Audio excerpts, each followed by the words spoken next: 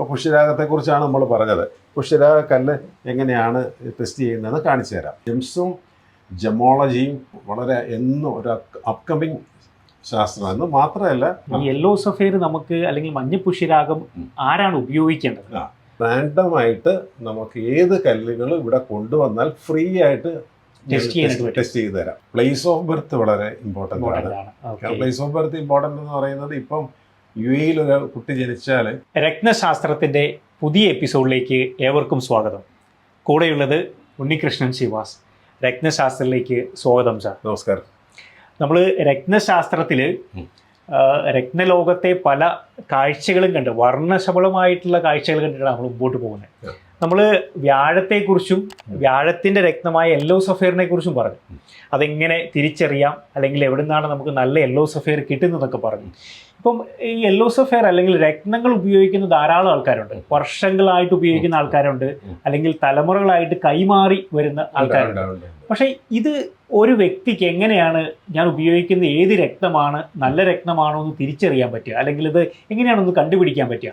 ഞങ്ങൾ വെച്ചാൽ 1998 മുതൽ ഈ ഇപ്പം നമ്മൾ നിൽക്കുന്ന കോട്ടയത്തെ ഈ സ്ഥാപനത്തിൽ ഇതാണ് ഞങ്ങളുടെ തുടക്കം അത് തന്നെയാണ്. അന്ന് മുതലേ ഞങ്ങൾ ഫോക്കസ് ചെയ്തിരിക്കുന്നതും പഠിച്ചിരിക്കുന്നതും ഇന്നും പഠിച്ചുകൊണ്ടിരിക്കുന്നതും രത്നങ്ങളെക്കുറിച്ചാണ്. അപ്പോൾ രത്നങ്ങളുടെ ഒരുവിധപ്പെട്ട എല്ലാ കാര്യങ്ങളും ഞങ്ങൾ കസ്റ്റമർക്ക് എങ്ങനെ ഉപയോഗിക്കാം. അതായത് ഇപ്പോൾ രത്നം കൊണ്ടുവന്ന് ഒരാൾ പറയുന്നത്, ഇപ്പം എനിക്ക് ഇതുപോലെ എൻ്റെ ഗ്രാൻഡ് ഫാദർ തന്ന രത്നമാണ്, കൈ കിടക്കുന്നുണ്ട് സാർ, ഇത് എന്ത് കല്ലാണെന്ന് എനിക്കറിയാൻ മേല, ഇന്ദ്രനീലമാണോ എന്തുവാണെന്ന് എനിക്കറിയത്തില്ല എന്ന് പറഞ്ഞാൽ അത് ടെസ്റ്റ് ചെയ്യാനുള്ള മാർഗം റാൻഡമായിട്ട് നമുക്ക് ഏത് കല്ലുകൾ ഇവിടെ കൊണ്ടുവന്നാൽ ഫ്രീ ആയിട്ട് ടെസ്റ്റ് ചെയ്ത് തരാം.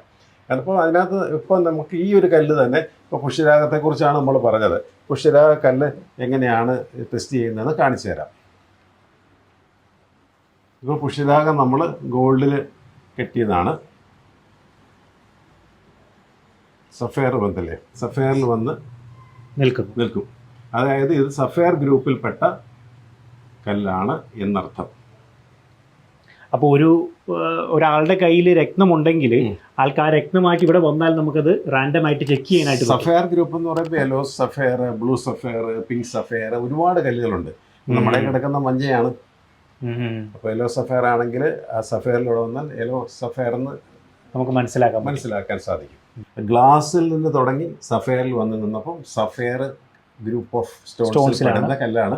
യെല്ലോ ആണെങ്കിൽ യെല്ലോ സഫയർ എന്ന് തന്നെ നമുക്ക് മനസ്സിലാക്കി എടുക്കാൻ പറ്റും. ബ്ലൂ വരെയാണ് ബ്ലൂ സഫയർ എന്ന് മനസ്സിലാക്കാൻ പറ്റും. അപ്പോൾ സഫയർ എന്ന് മാത്രമല്ല, നമുക്ക് ഏത് രത്നങ്ങളാണെങ്കിലും ഇപ്പോൾ യെല്ലോ സഫയർ ചെക്ക് ചെയ്തപ്പോൾ സഫയറിൽ പോയി നിന്നു, ആ സൂചി പോയി സഫയറിൽ പോയി നിന്നു. ഇനിയിപ്പോൾ നമ്മൾ ഒരു റൂബിയാണ് ചെക്ക് ചെയ്യുന്നത് വിചാരിക്കും.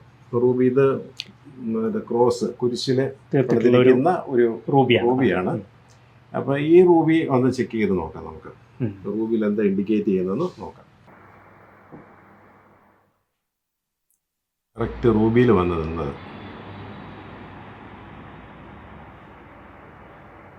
ഡീറ്റെയിൽ ആയിട്ട് ഇതിന്റെ സർട്ടിഫിക്കറ്റ് എടുക്കണമെങ്കിൽ ഗവൺമെന്റ് ഓതറൈസ്ഡ് ലാബ് ഉണ്ട്.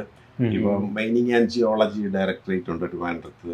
അതുപോലെ തൃശ്ശൂർ സൈഡുകളിൽ ഒരുപാട് ലാബ്സ് ഉണ്ട്. ഇപ്പോൾ വേൾഡ് വൈഡ് ആയിട്ട് എല്ലാ സ്ഥലങ്ങളിലും ഗവൺമെന്റ് അംഗീകൃത ലാബുകളുണ്ട്. കാരണം ജെംസും ജമോളജിയും വളരെ എന്നും ഒരു അപ്കമിങ് ശാസ്ത്രമെന്ന് മാത്രമല്ല, ഇതിലേക്ക് ഒരുപാട് നമുക്ക് കോഴ്സുകൾ ഉണ്ട്. ഇത് ഡയമണ്ട് ഗ്രേഡിങ്, സോർട്ടിങ്, ഇങ്ങനെയൊക്കെ ഒരുപാട് തൊഴിൽ സാധ്യതകളുള്ള ഒരു മേഖലയും കൂടെയാണ് ഈ രത്നങ്ങൾ എന്ന് പറയുന്നത്. മനസ്സിലായില്ലേ? മിനറലോളജി പോലെ തന്നെ ജമോളജി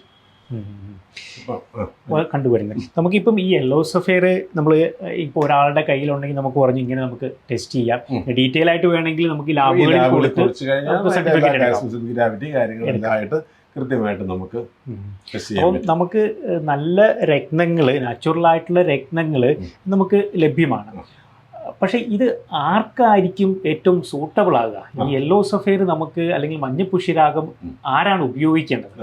അതെങ്ങനെയാണ് നമ്മൾ തിരിച്ചറിയുക? ഒരാളുടെ ഡേറ്റ് ഓഫ് ബർത്ത്, ടൈം, അതാണ് അതിൻ്റെ മാനദണ്ഡം. കാരണം വെച്ചാൽ അത് വളരെ ഇമ്പോർട്ടൻ്റ് ആണ്. ടൈം ഓഫ് ബർത്ത് വളരെ ഇമ്പോർട്ടൻ്റ് ആണ്. പ്ലേസ് ഓഫ് ബർത്ത് വളരെ ഇമ്പോർട്ടൻ്റ് ആണ്.